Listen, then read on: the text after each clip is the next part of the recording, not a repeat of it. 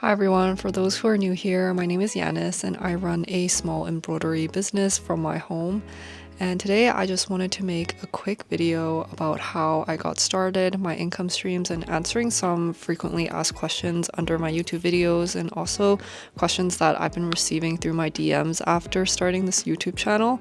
Hopefully this video helps someone out there feel a bit more confident starting their own small business in 2025. I really hope that it helps someone out there because when I started, I feel like it was kind of a taboo topic for a lot of people because they didn't want to talk about how much they could possibly make from art, for example. And it kind of discouraged me in the beginning because I thought that it wasn't a very traditional path, which it isn't. But seeing other creators being able to make a living off of their art or their sticker business really inspired me to start my own business. So I hope that I can do the same for one of you guys out there. I started Percy's Angels in 2021, so it has officially been 4 years since February, and I have been running this from my mom's living room ever since then. After 4 years of running the small business, I have kind of figured out a few different income streams. I now have 5 different income streams, probably 3 of them being pretty new to me still. And I'm just going to talk about how much I approximately make a month from each income stream and what they are. Our first income stream is from our physical products, so what we sell on our website.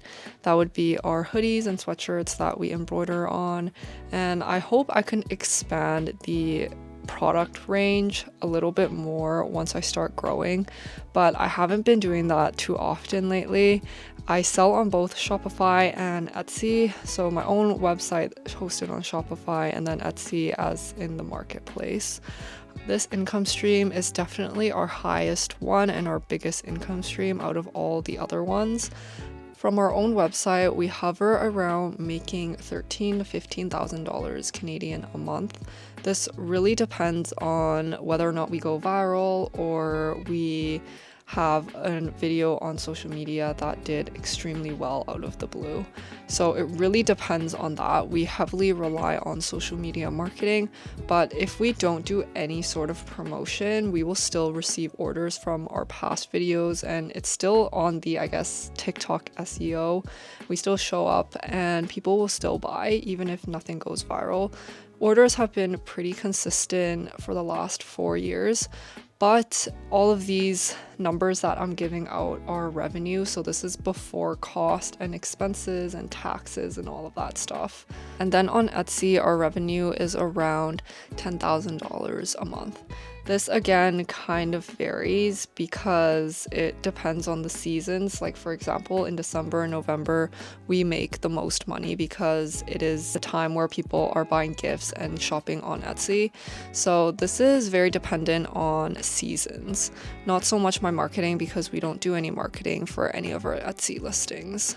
But starting this year, as tariffs have kind of come into play for the States, it has heavily and significantly affected our revenue. I am nowhere near those figures monthly now because of this whole situation happening in the States. It has been pretty terrible for our small business, and I'm sure a lot of small businesses, even within America, has been hit with these harsh realities. But it is what it is. I mean, it kind of shows me and everyone that small business income can be affected in so many ways that are out of your control. Like we can't control how much our customers are getting taxed and how much duties they're gonna have to pay. But ever since the tariffs have been announced, I would say our sales have dropped significantly across the board. On Etsy, we usually hover around 3 to 5 orders a day, even without our marketing, but now we are almost down to 0 orders the last few weeks, which has been absolutely crazy because I had no idea that it would be affected that much. The tariffs haven't really been put in place yet. Items that are under $800 aren't being taxed in the States, but I feel like it gives people a sense of fear when they hear the word tariffs or whatever. I can see that the views on our Etsy shop has decreased this year by 66%, which is crazy. But this kind of shows you that our business income isn't always super consistent and stable. I think it took me a long time to understand that a lot of these things are out of my control. Regardless of how many posts I make or how many things go viral, I can't control the fact that tariffs are being put in place and all of these macroeconomic things. So that is something you have to keep in mind when you're starting a small business. Don't let that scare you though, because we have had other macroeconomic things that really benefited our business. So you never know what happens, but these are things that you have to think about and consider when you are starting a small business. My second income stream is extremely new. It is brand sponsorships. This is all because of YouTube. I have never been reached out to brands prior to starting this channel, so it has been super cool seeing brands reach out to me now. I don't do any outreach work, so usually the brand will email me or reach out to me on Instagram and ask if we wanted to do a collaboration for a YouTube integration or a dedicated YouTube video. Again, this is really new still, so I can't really say how much I'm gonna make in the future, but from the last 2 to 3 months, we have made around $1,000 to $2,500 Canadian per month from brand sponsorships, which has been absolutely crazy because I am a pretty small channel. I almost have 2,000 subscribers now, which is so cool. Don't let fear hold you back when you are doing a YouTube channel. I feel like I was so scared of judgment when I first started. That's why I never did it.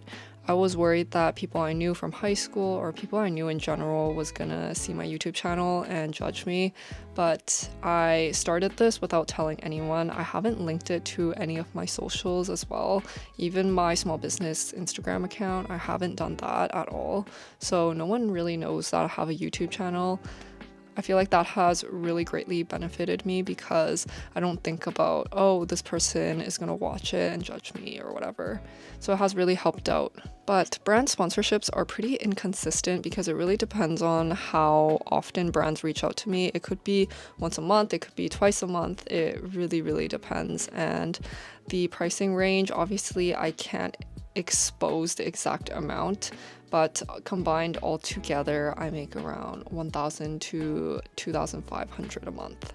My third income stream, which is also very new, is my YouTube AdSense. I recently got monetized on YouTube, I believe 2 months ago.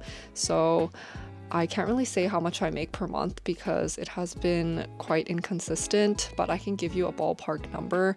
I think the first month I made $115 off ads, and then the second month, which was April, I made $161. So it is slowly improving. I think it really depends on how much I post and then how many people view my videos.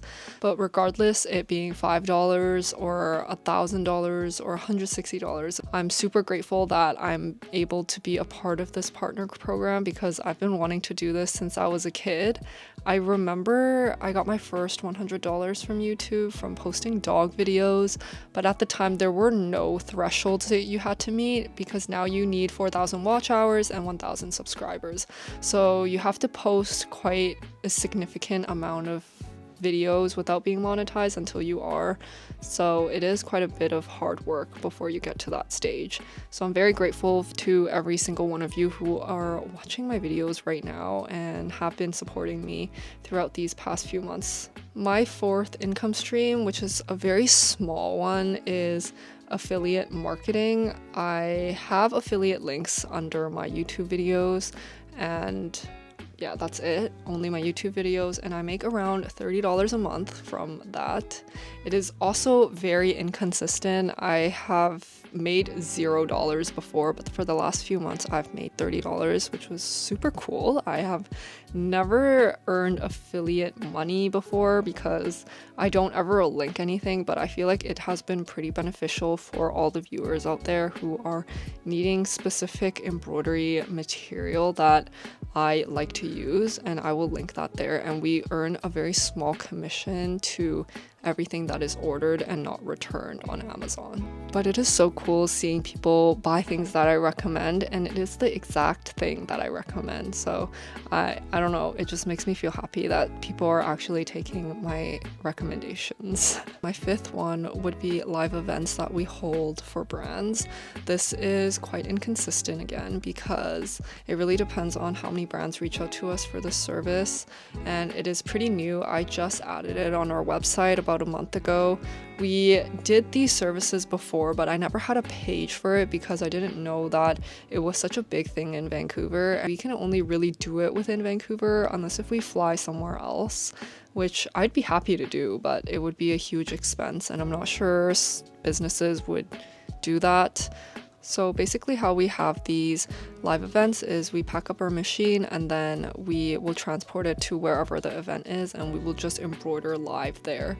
We have embroidered belt bags in the past for Lululemon. We've done tote bags for garage clothing, and then we've also done tote bags and makeup pouches for a wedding before. But these are all very niche and requested by the company or people who want this specific event there. I guess it's kind of hard to be consistent because I'm not going to have a brand reach out to me every single month or like reach out to people because this is an offering that is quite niche. But for this income stream, if I were to get a client on board for a month, we would usually charge $700 to $1,200 per hour, depending on how many hours they need us there for.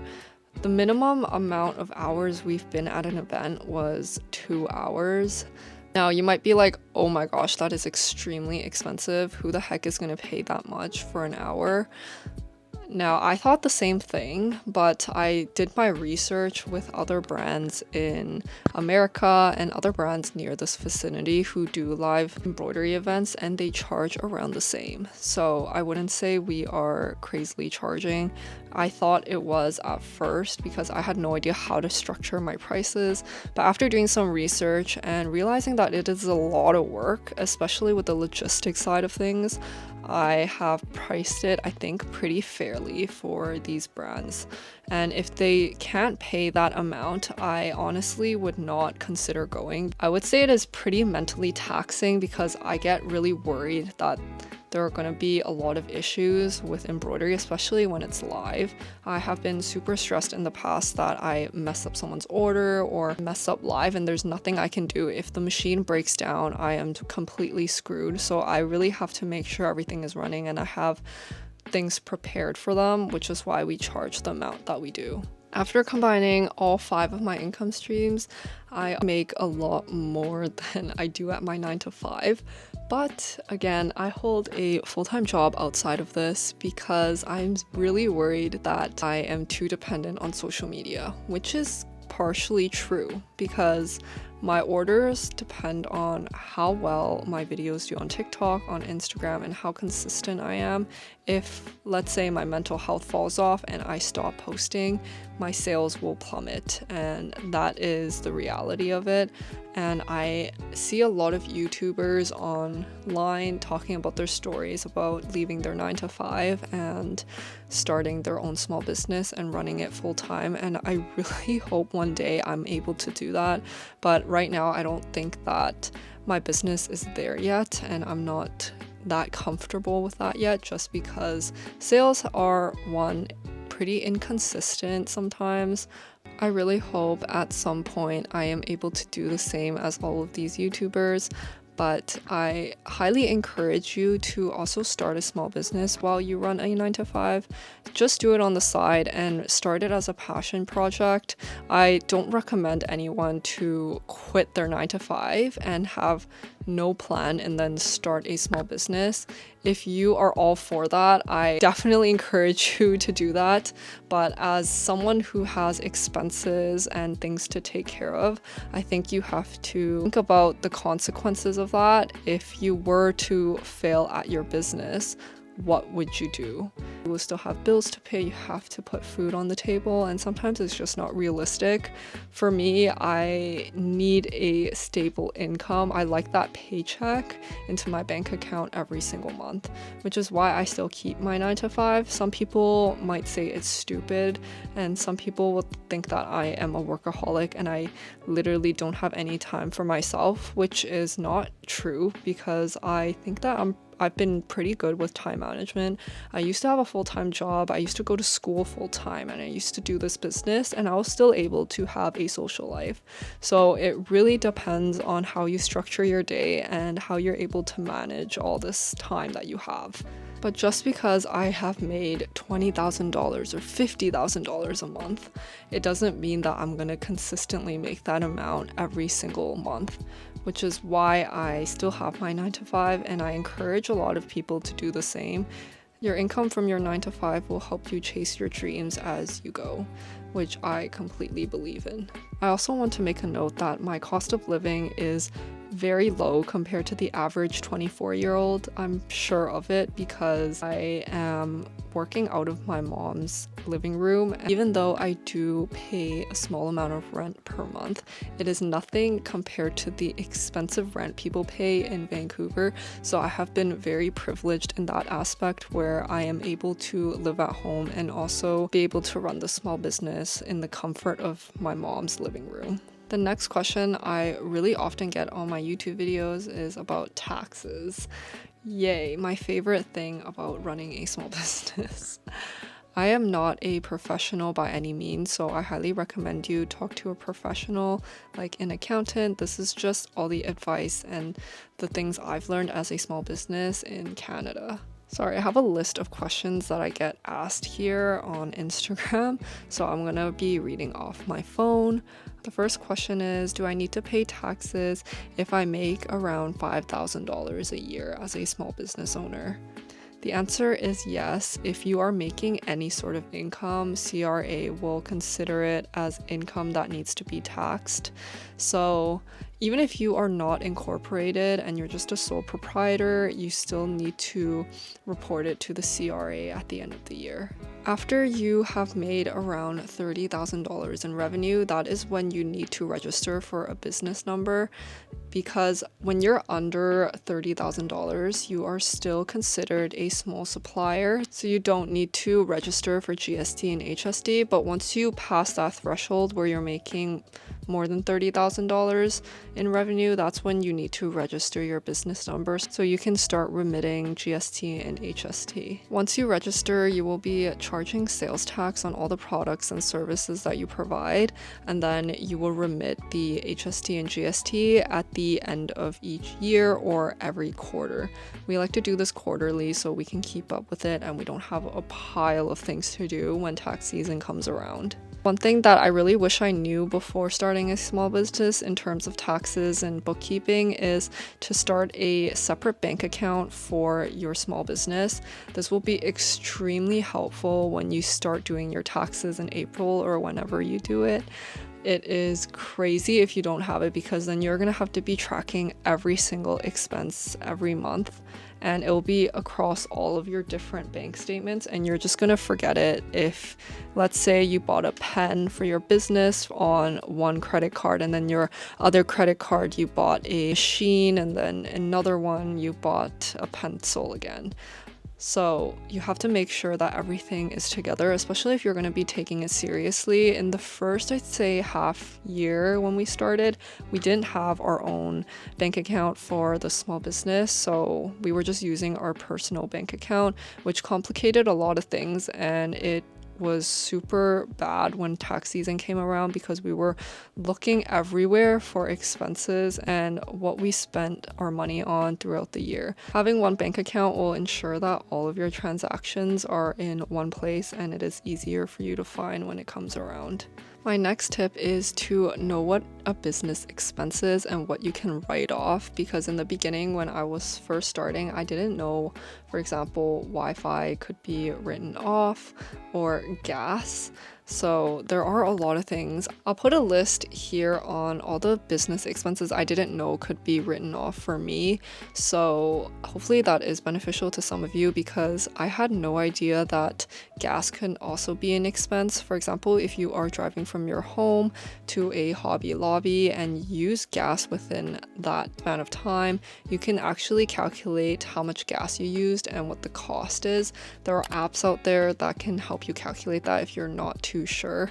So that has been a huge game changer when I'm doing taxes. Some common things that people didn't know you can write off is shipping, equipment, home office supplies that you use for your business, Wi-Fi, cell phone, data plans, the software you use, for example, or digitizing software. So if you purchased Adobe or anything like that for your business, you can also write that down as an expense. After talking about taxes, I want to get into something a little bit more fun, which is marketing and what we use to market our small business. I'd say the one thing that I neglected the most was email marketing in the beginning of my journey, which I also regret the most because it has been super helpful after I started using it. It has been one of my most reliable marketing methods to stay connected with my customers, especially during slower times like these when tariffs hit and I'm not getting as many sales.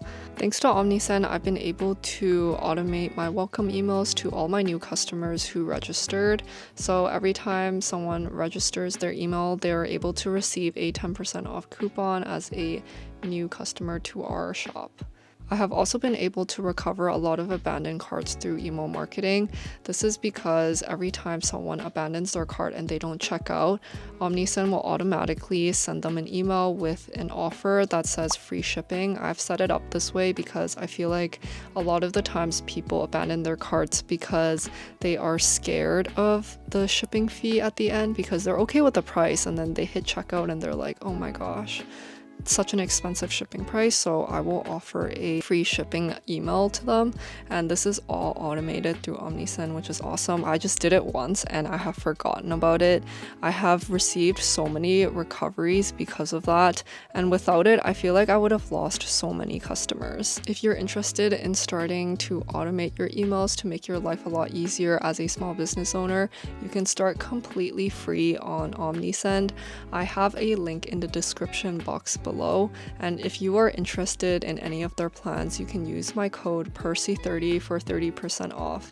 Thank you so much, OmniSend, for sponsoring this video. My main source of marketing would definitely be on social media. As I've said before, it has completely changed my life. Without social media, I don't think my business would even exist, which is so crazy to say because I didn't want to start a TikTok. I didn't want to start an Instagram before, but I kind of pushed myself to because it is something that I've always been wanting to do. I used to be so worried about being perfect and editing it in a certain way. I need perfect lighting and all of that stuff. But to be honest, social media can be super weird. The videos you put the least amount of effort to will go viral, and then the ones that you put so much effort into will literally get 1 view and 1 like. So I say post everything. Post your behind the scenes, post you packing orders, post you making it, just show the process. And I have found so much success in that. I literally post whatever I feel like. I don't have a certain template or a certain way I like to post things anymore. I will post when I feel like it and try to post as consistently as I can. Don't be afraid of showing your products, and don't be scared of the fact that you don't want to show your face, because to be honest, on Instagram and TikTok, I've probably shown my face like 3-4 times, and I've gained around 100,000 followers on TikTok, and then Instagram, I'm hovering around 9,000 followers. So that goes to show you don't need to show your face if you don't want to, and you can still make videos. So don't make that as an excuse for yourself not to start. Another marketing strategy, you can call it, that is heavily neglected, I feel, is word of mouth. Word of mouth, I know you can't really control but you can obviously give the customer a really good experience so they do talk about your products. A lot of the times with embroidery, especially because people are wearing our clothing, people will be like, oh, where did you get this? And then people will tell them it's from us, and then they'll purchase from us. A lot of our customers are actually repeat customers from friends of people that have purchased from us in the past, which is so cool because I guess the person who bought from us liked the product and recommended it to their friends and family. And that warms my heart so much because that means people actually like the stuff that we make. But I ensure that my packaging is perfect, and a thank you note, a personalized letter will go so far. Even maybe a discount code that they can share to their friends and family in the future will also help drive returning customers. But with word of mouth, just make sure the quality of your items really great and you provide good customer service. We try to reply to customers with any complaints or questions within 24 to 48 hours just to make sure that they have a good experience with us, because I don't want to leave people hanging. Those are the 3 marketing strategies that I use for my small business. I wouldn't say that I'm very strategic with everything I do, because honestly, after 4 years of running this business, I'm still learning new things as I go. I will watch a YouTube video and learn something completely new. So don't worry about it if you are so confused on where to start. I'd say choose one small thing and start with that, and then later try new things as you go. Now I kind of want to talk about my background and how I got started with a small business. I get a lot of questions on that, on how I built up enough confidence to start and where did my savings all come from. I know that when you see these machines and other small businesses on YouTube, you're like, how the heck did they afford this? Because in the beginning, of course, I did not own these machines. That would have been so crazy. I was still 19. No, I was 20 at the time when I started my small business, and I was a college student, so I was freaking broke. But I've held a lot of jobs in the past where I had some savings to work with. My first ever job was when I was around 14. I think I was in grade 9 or 10. I don't know how old grade 9 and 10 is, but I think I was around 14. I worked at the Richmond Night Market, which is a pretty big night market in the greater Vancouver area. I was a salesperson there. I sold the tickets for people to get into the market. So that was the first job I've ever had, and probably one of the worst experiences of my life. I was hustling as a high school student to find a job because at the time, I don't know why it was so hard for me to find my first job. I was literally handing my resume in everywhere on Indeed. I was going in person to hand it into restaurants and stuff, but then I never heard back because I guess I didn't have experience. I only really had volunteer experience, but I feel like a lot of companies don't care for that. So that was a huge struggle. I think the night market was the only place that reached back out to me. So I didn't really have a choice on where I wanted to go and where I wanted to work. So I just took the first offer that I could get. And then a couple of years later, I started working at an ice cream shop. That was just for the summertime. I had my fun and ate a bunch of ice cream on the job, and that was a pretty chill job. I was a cashier there and I scooped ice cream. I was pretty much alone most of the time because it was a really small shop. And then came first year, I was a barista at Starbucks for around 8 months until I got super stressed from that job. It was a super high stress job because of where the location was. I honestly have nightmares thinking about that job because the customers there were so mean. I got salt, or was it sugar? I can't remember, but I got sugar thrown at the job, and I literally didn't do anything wrong. The customer was just having a bad day. I'm not gonna lie, that job literally made me break down so many times at work, after work, before work, and I just didn't want to be there. So after 8 months, COVID hit. That is when I left the job because they were basically closed anyways. And yeah, I ended up leaving that job. And then a few months later, I applied to a temporary role, which was fully remote, and it was a full-time job when I was in school. I can't remember exactly what it was, but it was a project that VC was working on, and I was a research analyst for that. It was pretty cool. It was my first remote experience, which was awesome. And that went on for like 3 months, and then the contract ended. Then I had my first big girl job. I wouldn't really say that it was my first big girl job, but it was definitely a stepping stone into the career that I have right now. I was a marketing specialist at a startup. That startup was really small, so it was basically just me on the marketing team. So I did basically everything. I got a taste of every single part of marketing to see what I liked. And I met one of my best friends there, and I look back, it was pretty crazy because I was going to school full-time, working full-time, and this was when I also started this small business as well. So I was crazy busy. I was working 2 days in the office and then 3 days remotely, so I had time to go to school the other 3 days. But they were super flexible about it, which I loved, and I was able to work and also run my business simultaneously. But as you can see, I have held a lot of jobs in the past. I have experienced a lot, and it wasn't just corporate or it wasn't just one thing. I feel like I did a variety of things, which was pretty cool. I look back and I'm proud of myself for pushing myself through school and doing my full-time job and starting this business. To be honest, without my full-time job at the time, I feel like I couldn't have supported the idea of even starting this business, and also with the support of my partner as well, because he was also working a full-time job while attending university and doing this with me. So I have been very privileged in that sense where I could make things work. I truly understand everyone when they are like, how the heck did you start? Because an embroidery machine is really expensive. We honestly bought the cheapest embroidery machine we could find on the market. We looked on secondhand websites every single day. I would literally be a menace on Facebook Marketplace and look for anything and everything we could buy used because I couldn't afford something that was brand new. Even to this day, I don't think any of our equipment is brand new other than the first embroidery machine that we purchased. The first one was $700, which was literally my life savings at that point because I was a college student and I wasn't really great with money in my first year.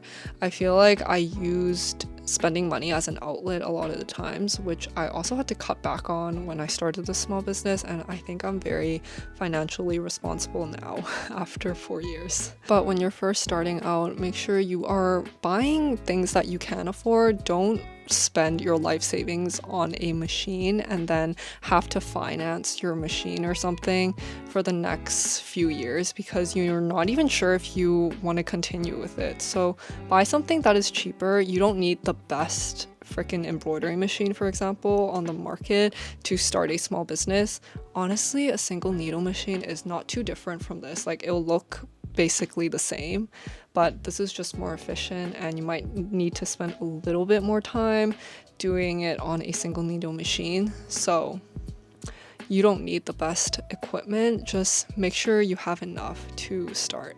And be a Facebook Marketplace menace because that is how you get the good deals. But don't be afraid to get secondhand products because they work just as well, if not better, because it's actually been tested and people have been using it for a couple of years and they make sure it's actually working after a few years. So yeah, make sure you are looking into those websites and seeing if you can get a better deal because there's no harm in that. I then graduated university with a bachelor's of business administration, I think. I don't even remember anymore, in June of last year. So it's almost been a year, so I'm not a fresh grad anymore. But lucky enough, I was able to land my first job outside of university right when I got out of it. So I was very, very lucky because I know a lot of people are struggling in this market. But I am still working in marketing, but I'm now a marketing strategist. I don't know if it's any different, to be honest. The work I do is a lot more, what's the word? I guess I have one part of the job to do instead of doing everything. So before I would do like digital marketing, the creative side of things, and then email marketing, and then the strategy, and then all of that. But now I kind of just work on one aspect of it instead of all of it. But honestly, this job has been pretty great. I have met a lot of new people. I'm not gonna lie, for marketing, the pay can be pretty sad. But I feel like the workload is equivalent to your pay, so it is pretty fair for what I get paid. Now that I have been freed from the shackles of university, my life has been a lot more chill. I just go to my 9 to 5 and then I also work on this business on the side. So it has been a lot less stressful because when I was in school, I had to do finals, I had to do all of that other stuff, schoolwork, preparation, going to campus, having a social life on campus, and all of that stuff. It was pretty bad when I had to do it with my job and also with this business, but ever since I have graduated, it has been a lot easier on my mental health as well. I don't know if I would ever recommend anyone be at school, do a full-time job, and then start a small business, but if I can do it, you can do it as well. Just make sure you are managing your time correctly and making sure you have enough time to rest, because I feel like in the beginning I was not giving myself enough time to rest and kind of live. I swear to God, don't trust those people that are like, you need to quit your 9 to 5 and focus on one thing, because you are half-assing it if you are doing one thing and another thing at once. That is completely untrue, and I do not stand by that. Don't listen to those people, because you can do both things. You can do all things if you want to. You just need to manage your time properly and make sure that you are not burning out by resting.